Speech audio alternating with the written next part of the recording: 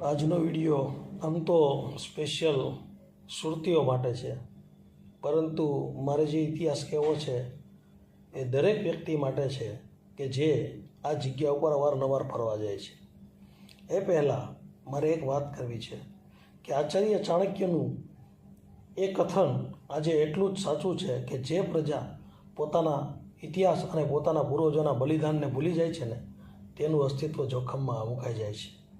સુરતના હજારો લોકો રોજ ડુમસના દરિયા પાસે અવારનવાર આવતા જતા હોય છે અને ત્યાં મૂકેલા લંગર અને તેની પાછળ છુપાયેલા ભીમપોરના વીરોને શહાદત કદાચ દરેક વ્યક્તિ અજાણે છે.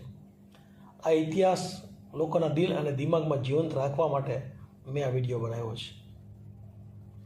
આ અદ્ભુત વિડીયો એટલા માટે છે કે તેમાં જોરદાર દેશભક્તિ સભર અને ભાવુક કરી દે તેવી કહાની છે. સુરતનું અજાણ્યું બલિદાન એટલે કે ડુમસનું લંગર. ડુમસ રોડ પર આ લંગર અને આખું સ્મારક દૂરથી દેખાય છે તે બહાદુરીના બલિદાનનું પ્રતીક છે. મિત્રો, આપણે બધા ડુમસ બીચ પર ફરવા અવારનવાર જઈએ છીએ, પરંતુ ત્યાં રસ્તામાં આવતું આ કાળું અને વિશાળ લંગર આપણા બધા માટે માત્ર એક સેલ્ફી પોઈન્ટ અને 4 રસ્તાનું સર્કલ બની ગયું છે. પણ શું તમે જાણો છો કે આ માત્ર લોખંડનું લંગર જ નથી, આ સુરતના એવા વીરોની શહાદતના સાક્ષી છે કે જે ખુદ સુરતના લોકો પણ કદાચ આનાથી અજાણ હશે.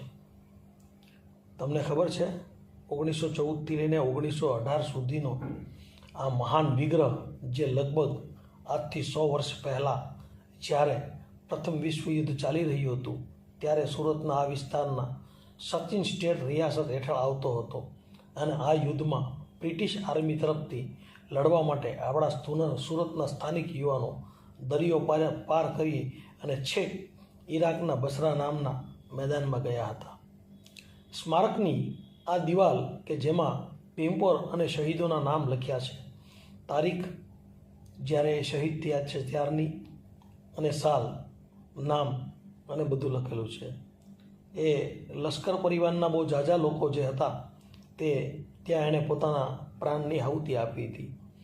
એ નામ કંઈક આ રીતે છે કે જે તમને દેખાય છે: કાંજીવાલા, મોળાઈ પરાગ, નાના પરસોત્તમ, રણછોડ કોલા, દાઉદ રસૂલ, પેમા જગા, દુર્લભ મીઠા, ગાંડા સોમા, દિતિયા ઠાકર, છીમકા કાંજી, કાંજી જીના, લાલા જગા, ફકીર દયાળ, મકન પાચિયા, કાંજી ઢેડા, રામજી તેના, ગાંડા સોમા, રામજી જેરામ, લાલા ડાહ્યા, પ્રભુ રણછોડ, પરસોત્તમ વાહલા, વાહલા કેશા, પ્રભુ હિરજી, શંકર દીતા, પ્રભુ પરાગ, વલ્લભ મકન, દુર્લભ પુનિયા, દાજી ચીકા, દાજી દેવા, હીરા ગોવન, ભાણ ગોસાઈ, કાંજી ગોપાળ અને મીઠા ગાંડા. લગભગ 32 જેટલા નામ છે કે જેણે પોતાના પ્રાણની આહુતિ આપી હતી અને શહીદ થયા હતા. આ કોઈ સામાન્ય નામ નથી. આ આપણા સુરતના ભીમપોર ગામના એ જ બહાદુર દીકરાઓ છે કે જેણે વર્ષ 1916થી લઈને 1920 વચ્ચે દેશની આન બાન અને શાન માટે છેક 7 સમંદર પાર કરીને બસરાની ધરતી પર પોતાના પ્રાણની આહુતિ આપી દીધી હતી અને વીરગતિને પામ્યા હતા. અને એ સાથે એવા બહાદુરીથી લડ્યા હતા કે જેમની યાદમાં અહીં આ સ્મારક ઊભું કરવામાં આવ્યું છે. આ શહીદોના પવિત્ર યાદમાં વર્ષ 1928માં બ્રિટિશ સરકારે આ સ્મારક બનાવ્યું હતું અને એવા બહાદુરીથી લડ્યા હતા કે સરકારને પણ એનું સ્મારક મૂકવું પડ્યું હતું અંગ્રેજોને. અને તેની બાજુમાં આ 15 ટનનું લંગર મૂકવામાં આવ્યું છે. આ શિલાલેખ પરથી આજે પણ આપણે વીરોની શહાદતની તારીખ અને નામ જીવંત છે એ આપણે જોઈ શકીએ છીએ. આપણા મહા આચાર્ય ચાણક્યએ કહ્યું હતું કે જો ભારતનો નાગરિક ભારતનો ઇતિહાસ ભૂલી જશે ને તો તે ફરી ગુલામ બની જશે. એટલે ઇતિહાસ એ માત્ર ચોપડીઓ માટે વાંચવા માટે જ નથી હોતો, પરંતુ ઇતિહાસ આવા વીરોના બલિદાનને દિલમાં સાચવી રાખવા માટે હોય છે.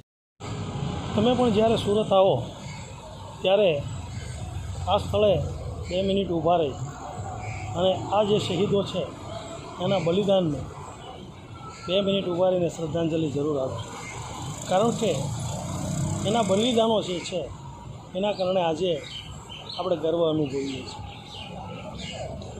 કે છેક અરબ સુધી આ લોકો દેશ માટે લડેલા, અને દર એની જે તારીખ આવે છે ત્યારે આ ગામના લોકો એને ભાવપૂર્ણ શ્રદ્ધાંજલિ પણ આપે છે. તો આપણે પણ જ્યારે ઝુમ્મસના બીચ ઉપર આવીએ ત્યારે આપણી પણ ફરજ બને છે કે દેશ માટે જેણે પોતાના પ્રાણની આહુતિ આપી દીધી એના માટે 1 મિનિટનો સમય કાઢી અને એને વંદન કરીએ. ઇતિહાસને મેં આપ સુધી પહોંચાડી દીધો છે. હવે આપણા સુરતના દરેક નાગરિક સુધી પહોંચવાડવા માટે કે જ્યારે દીધો છે, હવે આપ આ વિડીયાને એટલો શેર કરો કે દરેક સુરતી પોતાના આ ગૌરવશાળી ઇતિહાસની ખબર પડે. જય હિન્દ, જય જય ગરવી ગુજરાત.